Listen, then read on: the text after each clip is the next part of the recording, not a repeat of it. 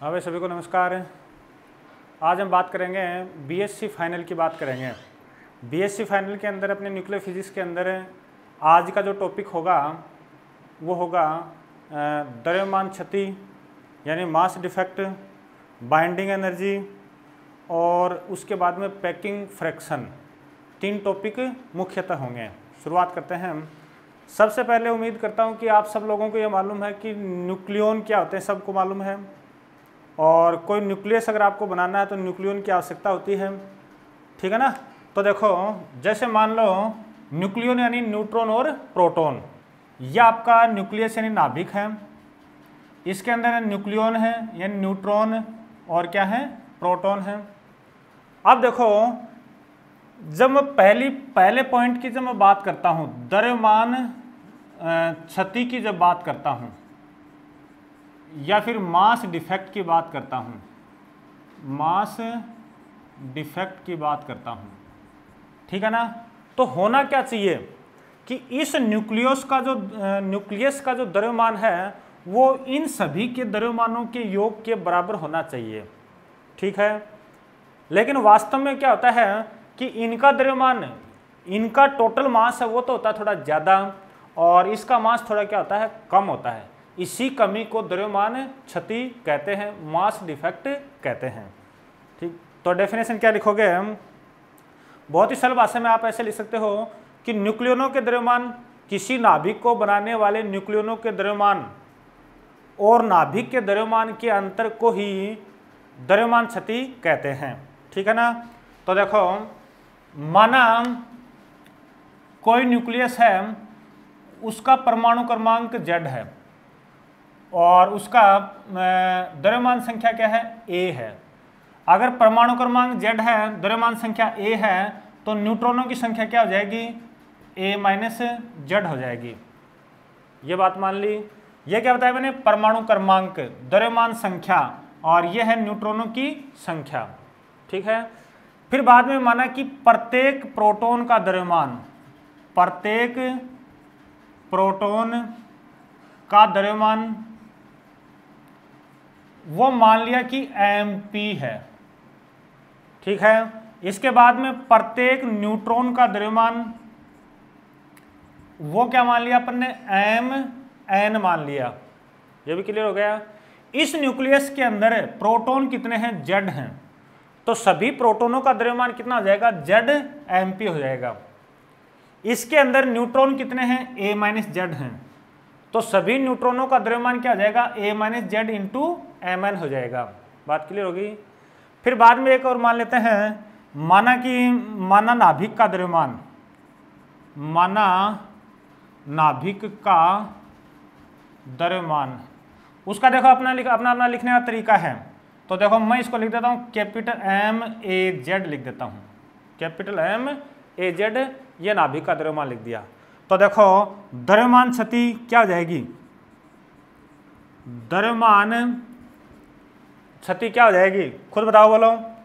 साफ साफ शुरुआत में डेफिनेशन में बोला था कि न्यूक्लियनों का द्रव्यमान ज़्यादा होता है, मास ज़्यादा होता है। तो सबसे पहले लिख देता हूँ सभी न्यूक्लियनों का द्रव्यमान,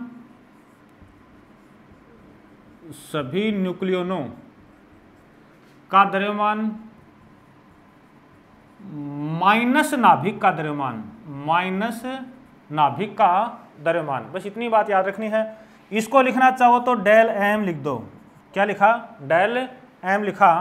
अब आ जाओ, एक प्रोटॉन का द्रव्यमान mp, Z प्रोटॉनों का द्रव्यमान कितना आ जाएगा, ZmP हो जाएगा, कोई दिक्कत नहीं है।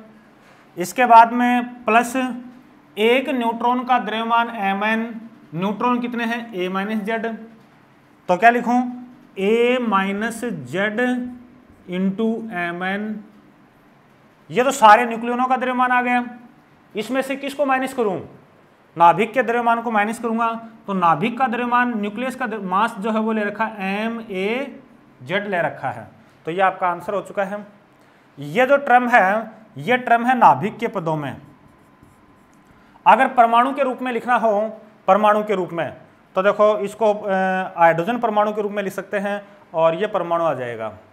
तो लिखने को कोशिश करूँ आगे, एक बार दोबारा रिपीट करो। ये क्या है, ये न्यूक्लियनों का द्रव्यमान है और ये किसका है, नाभिक का द्रव्यमान है। ठीक है, यहाँ नाभिक है, अगर यहाँ आपको कोई परमाणु लिखना हो, वो परमाणु लिखना हो जिसका द्रव्यमान संख्या A है और परमाणु क्रमांक क्या है, Z है, तो किस प्रकार से चेंज करूंगा। देखो जैसे मान लो ये आपका नाभिक है, इसका आपने मास दे दिया MaZ, मास दे दिया। अगर मैं इसके अंदर कितने प्रोटॉन हैं, Z प्रोटॉन हैं। अगर Z इलेक्ट्रॉनों का मास और मिला दूं तो कितने इलेक्ट्रॉनों का आपने मास मिला दिया, Z इलेक्ट्रॉन, तो ये क्या बन गया, पूरा ये बन गया आपका एटम बन गया, परमाणु बन गया। बात क्लियर होगी सबके। तो देखो फॉर्मूला हो चुका है, लेकिन इसी को परमाणु के रूप में किस प्रकार से लिखूंगा। यहां ध्यान रहे Mp प्रोटॉन, Mn न्यूट्रॉन का द्रव्यमान और MaZ क्या है, नाभिक का द्रव्यमान है। तो इसको आगे देखो क्या लिखता हूं। कई बार क्या होता है, किसी न्यूमेरिकल करते टाइम वो दे देगा कि हाइड्रोजन परमाणु का द्रव्यमान इतना है, हाइड्रोजन परमाणु का द्रव्यमान इतना है, और जैसे मान लो ऑक्सीजन परमाणु का द्रव्यमान इतना है, तो यहाँ परमाणु लेके आऊंगा मैं। ठीक है ना। तो देखो इसी को आगे क्या लिखता हूं, del M equal to ZMP plus A minus Z MN। समझ आ गया। मैंने क्या बताया, इसमें नाभिक के अंदर अगर इलेक्ट्रॉनों का मास और ऐड कर देता हूं तो परमाणु बन जाएगा। तो इसको मैं ऐसे लिख दूं, ध्यान अगर आपके समझ में आए तो, MaZ प्लस ZME और माइनस ZME, कोई फर्क नहीं पड़ेगा। ZME यहाँ ME क्या है, ME है इलेक्ट्रॉन का द्रव्यमान, इलेक्ट्रॉन का द्रव्यमान। मेरे हिसाब से समझ आ गया कि ZME जोड़ दिया और ZME माइनस कर दिया, कोई फर्क नहीं पड़ेगा, काटना चाहो काट दो, क्योंकि आपको अपने आप समझ आ जाएगी बात। इसी लाइन को मैं आगे लिख सकता हूं। देखो del M equal to ZMP plus A minus ZMN। ठीक है, फिर बाद में देखो ये माइनस और माइनस ये हो गया प्लस, तो इसको मैं यहाँ लिख रहा हूँ प्लस Z, चलो एक स्टेप दोबारा लिखता हूँ, ZMP, ये इधर लेके आ जाऊँ तो ये हो जाएगा आपका ZME, ये एक साथ किया, फिर बाद में प्लस A माइनस ZMN, ये भी ठीक है। फिर आपका ये क्या हो गया, माइनस MaZ प्लस ZME, कोई दिक्कत नहीं है मेरे हिसाब से। इसमें से Z में बाहर निकाल लेता हूँ तो ये बन गया आपका MP प्लस ME। इसके बाद में सेम वही लाइन A माइनस ZMN, और ये क्या बन गया, माइनस MaZ। ये है, चलो एक लाइन और लिख देता हूँ, प्रोटॉन प्लस इलेक्ट्रॉन मिलकर किसका क्या बनाते हैं, हाइड्रोजन परमाणु बनाते हैं। तो लिखा ZMH plus A minus ZMN, और ये लिखा MaZ। अब बोलो यहाँ MH क्या है, यह है H परमाणु का द्रव्यमान, H परमाणु का द्रव्यमान, मास ऑफ हाइड्रोजन एटम, और MaZ जो ब्रैकेट में लिखा है यह क्या है, परमाणु का द्रव्यमान, परमाणु का द्रव्यमान। इसके जो AZ लिखा है यानी जिसका परमाणु क्रमांक एटॉमिक नंबर Z है और मास नंबर क्या है, A है। ठीक है, थोड़ी देर पहले देखो ये लिखा था MaZ, ये था न्यूक्लियस के लिए। ठीक है, ये बात समझ आ गई। अब देखो मेरी बात सुनो, नॉर्मली क्या होता है, ये आपको गिवन होगा एग्जाम के अंदर, एग्जाम के अंदर ये गिवन होता है, तो सारी वैल्यू पुट करके आप डेल M निकाल सकते हो, यानी द्रव्यमान क्षति आप आसानी से निकाल सकते हो। बात समझ आई होगी। मैं दोबारा रिपीट कर रहा हूँ, ये सब लगभग सारी वैल्यू, ये वैल्यू कोई याद नहीं करता है, ये वैल्यू गिवन होगी। हाँ याद करो तो नाइट्रोजन न्यूट्रॉन का द्रव्यमान, प्रोटॉन का द्रव्यमान, ये अपन लोग याद कर लेते हैं थोड़ा बहुत। तो देखो याद करना चाहो तो MP बराबर प्रोटॉन का द्रव्यमान होता है 1.67 इंटू 10⁻⁻27 kg। अच्छा, इसके बाद में Mn थोड़ा सा बड़ा होता है, 1.674 होता है इसमें, 10⁻⁻27 kg।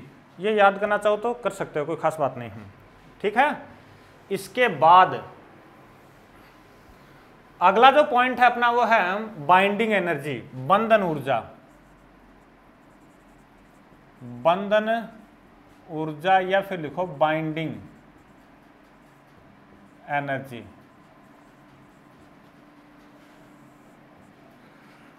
मेरे हिसाब से आपने द्रव्यमान क्षति ढंग से आपकी याद हो गई, न्यूमेरिकल है तो आप कर दोगे आराम से, ठीक है। डेफिनेशन आए बहुत कम संभावना है, और न्यूमेरिक ये फॉर्मूला भी याद नहीं करना वो लास्ट वाला, केवल ये याद रखना कि किस प्रकार से न्यूक्लियनों का द्रव्यमान माइनस न्यूक्लियस का द्रव्यमान, ठीक है ना।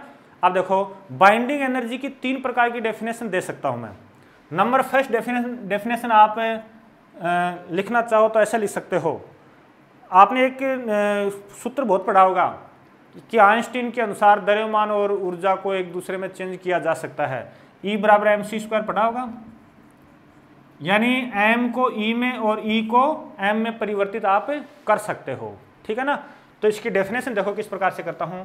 थोड़ी देर पहले अपन ने बात की कि न्यूक्लियनों से जब न्यूक्लियस बनाते हैं तो द्रव्यमान में थोड़ी सी कमी हो जाती है, वो द्रव्यमान में कमी या द्रव्यमान क्षति गई कहाँ, तो वो आप ऐसे लिख सकते हो, वो ऊर्जा में रूपांतरित हो गई, ऊर्जा में रूपांतरित होगी। तो डेफिनेशन नंबर फर्स्ट ये लिखोगे, द्रव्यमान क्षति के तुल्य ऊर्जा को बंधन ऊर्जा कहते हैं। क्या कहते हैं, यानी द्रव्यमान क्षति को के तुल्य ऊर्जा को ही क्या कहते हैं, बंधन ऊर्जा कहते हैं। ये फर्स्ट डेफिनेशन हो चुकी है अपनी। सेकंड वाली डेफिनेशन अगर आप लिखना याद करना चाहो तो ऐसे याद कर सकते हो कि न्यूक्लियनों से, किससे, न्यूक्लियनों से जब आप न्यूक्लियस बनाते हो, न्यूक्लियस बनाने पर जो ऊर्जा निकलती है, बात समझ आ गई। यानी न्यूक्लियनों से या फिर प्रोटॉन और न्यूट्रॉन से जब नाभिक बनाया जाता है तो जितनी ऊर्जा निर्मुक्त होती है उसी ऊर्जा को क्या बोलते हैं, बंधन ऊर्जा बोलते हैं। जो ऊर्जा निकलती है न्यूक्लियनों से न्यूक्लियस बनाने पर जो ऊर्जा मुक्त होती है, निकलती है, उसी को क्या बोलते हैं, बंधन ऊर्जा, बाइंडिंग एनर्जी बोलते हैं। ठीक बात है भाई, मेरे हिसाब से समझ आ रहा है। नंबर थर्ड वाला डेफिनेशन यहां मैंने क्या बताया था, न्यूक्लियनों से न्यूक्लियस बनाया था, न्यूक्लियस को तोड़ भी तो सकते हैं। तो यहां पर देखो यह आपका नाभिक है, न्यूक्लियस है, इसको आप तोड़ना चाहो, किस में तोड़ोगे आप, प्रोटॉन और न्यूट्रॉन में तोड़ना चाहो या न्यूक्लियनों में तोड़ना चाहो तो आवश्यक न्यूनतम ऊर्जा को ही क्या कहते हैं, बंधन ऊर्जा कहते हैं। क्या बात समझ आई। फर्स्ट वाले डेफिनेशन में मैंने ये बात बोली थी कि द्रव्यमान क्षति है उसके इक्विवेलेंट जो एनर्जी होती है उसी को बंधन ऊर्जा, बाइंडिंग एनर्जी बोलते हैं। सेकंड वाले के अंदर क्या बोला कि बहुत सारे न्यूक्लियन हैं, उनको मिला के अगर न्यूक्लियस बनाना चाहो तो जितनी ऊर्जा निकलती है उसी को क्या बोलते हैं, बंधन ऊर्जा बोलते हैं। यहाँ क्या बताया कि किसी न्यूक्लियस को आप तोड़ना चाह रहे हो न्यूक्लियनों के अंदर, तो वो अपने आप टूटेगा नहीं, उसको तोड़ने के लिए कुछ ऊर्जा देनी पड़ेगी। तो किसी न्यूक्लियस को न्यूक्लियनों में तोड़ने के लिए आवश्यक मिनिमम एनर्जी जो है उसी को क्या बोलते हैं, बाइंडिंग एनर्जी बोलते हैं। मेरे हिसाब से समझ आ गया। अब देखो डेफिनेशन हो चुकी है, इसका फॉर्मूला करते हैं। अब देखो इसको ऐसे लिखेंगे, यदि द्रव्यमान क्षति या मास डिफेक्ट डेल एम हो तो बंधन ऊर्जा B बराबर आप लिखोगे डेल एम इंटू सी स्क्वायर।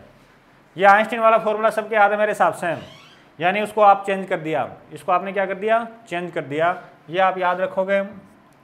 इसके बाद में देखो न्यूमेरिकल करते टाइम अपन ये फॉर्मूला काम में प्राय नहीं लेते हैं, क्योंकि डेल एम जो है वो आपको AMU या U में दिया गया होता है, तो उससे अपन डायरेक्ट कैसे निकालते हैं।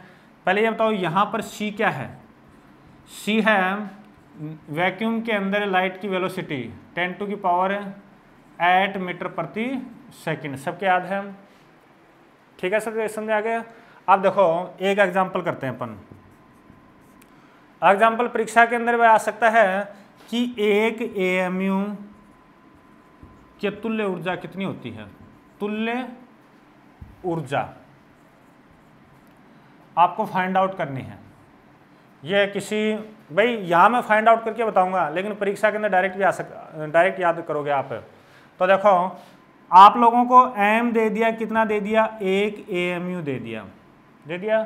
अब देखो अपने ये मीटर पर सेकंड में याद होता है, तो इसको एएमयू को चेंज करो तो ये लिख सकता हूँ 1.67 इंटू 10⁻⁻27 kg लिख सकता हूँ ऐसे कुछ, ये 66 के आसपास होता है ना। इसके बाद में आप लोग ये जानते हो E बराबर क्या होता है, mc² होता है। m की जगह रखेंगे 1.67 इंटू 10⁻⁻27 10⁻⁻27। इसके बाद में एएमयू के अंदर नॉर्मली थोड़ा सा देखो, इसको 6 तक याद करो, 6 ही होता है ना। फिर C वाले की जगह क्या लिखो, 3 × 10⁸ मीटर पर सेकंड का स्क्वायर। जब आप गुणा भाग करोगे तो ये आपका आंसर आएगा जूल में। किस में आएगा, जूल में। और इसको आप electron volt, mega electron volt में चेंज करते हो। कैसे चेंज करोगे, इलेक्ट्रॉन वोल्ट में चेंज करने के लिए क्या करते हो, ये देखो आपका आ जाएगा, अरे याद होगा ना, 1 इलेक्ट्रॉन वोल्ट बराबर होता है 1.6 इंटू 10⁻⁻19 जूल होता है, ठीक है ना। तो देखो इसी को मैं क्या लिख सकता हूँ, 1.6 into 10⁻⁻27 into 9 into 10⁻16 upon 1.6 into 10⁻⁻19, ये आपका इलेक्ट्रॉन वोल्ट आ जाएगा। ये क्या आ जाएगा, इलेक्ट्रॉन वोल्ट आ जाएगा। फिर बाद में मेगा करना हो तो यहाँ पर 10⁻6 और कर देते हैं, ऊपर भी 6 मेगा ने 10⁻6 और नीचे भी क्या कर दिया, 6 कर दिया। क्या बात याद होगी सबके। और जब इसको सोल्व करते हैं तो यह आपको प्राप्त हो जाता है, E बराबर प्राप्त हो जाएगा 931.5 मेगा इलेक्ट्रॉन वोल्ट। ये याद रखना है। यानी आप देखो, अब मैं क्या लिखूंगा, आप डायरेक्ट याद करोगे, एक एएमयू है वो बराबर होता है 931.5 मेगा इलेक्ट्रॉन वोल्ट पर C²। इसके इक्वल होता है, या फिर बोलने के लिए आप ऐसे बोल सकते हो, एक एएमयू कितनी ऊर्जा के तुल्य होता है, तो 931.5 मेगा इलेक्ट्रॉन वोल्ट के बराबर होता है। ये देखो यूनिट बराबर करने के लिए C² से डिवाइड किया, ठीक है ना। आप इसको ऐसे भी समझ सकते हो, अपना ये था E बराबर mc² है, तो यहाँ पर m बराबर क्या आ जाएगा, E/c²। तो देखो m की जगह क्या रखा, एक एएमयू, E की जगह क्या रखा 931.5 और ये था मेगा इलेक्ट्रॉन वोल्ट और C² में है तो C²। अरे भाई दोनों साइड की यूनिट भी तो बराबर होनी चाहिए, ठीक है ना। तो भाई ये अपन ने कर लिया है ना, ये याद हो गया होगा। अब देखो लास्ट में अपना जो काम चल रहा था वो ये चल रहा था कि बाइंडिंग एनर्जी को आप ऐसे लिखोगे del m इंटू C², ठीक है। इसके बाद अगर यदि del m AMU में हो तो आप B बराबर क्या लिख सकते हो, del m in AMU, इसकी जगह U भी आता है भाई, और इंटू 931.5 मेगा इलेक्ट्रॉन वोल्ट, ऐसे कर देना। बात क्लियर होगी सबके। दोबारा रिपीट कर रहा हूँ, न्यूमेरिकल क्वेश्चन है बस मात्र, और कुछ नहीं आएगा। डेफिनेशन आ सकती है बाइंडिंग एनर्जी की, वो एक अलग बात है, ठीक है। तो ये अपना कंप्लीट होता है, याद हो गया मेरे हिसाब से सबके। फिर बाद में एक आता है संकुलन गुणांक, संकुलन गुणांक या फिर पैकिंग फ्रैक्शन, पैकिंग फ्रैक्शन, ठीक बात ना। संकुलन गुणांक के लिए नॉर्मली जैसे मान लो F लिखा, F बराबर होता है m माइनस ए अपॉन ए, इसी से याद कर लो केवल। m जैसे मान लो कोई न्यूक्लियस है, उसका द्रव्यमान हो गया, द्रव्यमान संख्या हो गई, और अपॉन में क्या लिखा, ए द्रव्यमान संख्या होती है अपनी, और इसी को ऐसे भी लिख देते हैं हम, डेल अपॉन ए भी लिख देते हैं, ठीक है ना। इसके बाद में मैं ऐसे लिखूँ, जब ये किसी परमाणु का द्रव्यमान, द्रव्यमान संख्या याद है, ए माइनस जेड एम माइनस, ये थोड़ा गड़बड़ होता है तो एम ए मा, ठीक है। तो यहीं से आपका बन जाएगा एम माइनस ए बराबर ए एफ हो गया। यहीं से आपका एम बराबर क्या बन गया, ए इधर लेके जाऊंगा, ए और 1 प्लस एफ हो गया, ठीक है। याद ये रखना है। इसकी एक दो बातें और याद रखो तो ये भी याद कर सकते हो, इतना कोई खास नहीं है। बाइंडिंग एनर्जी वाला न्यूमेरिकल है वो अपना इम्पोर्टेंट है, तो वो थोड़ा ध्यान देना। पहले मास डिफेक्ट निकालते हैं हम, फिर बाद में बाइंडिंग एनर्जी निकालते हैं, और ये क्वेश्चन अगर आता है तो अलग से क्वेश्चन आता है, ठीक है ना।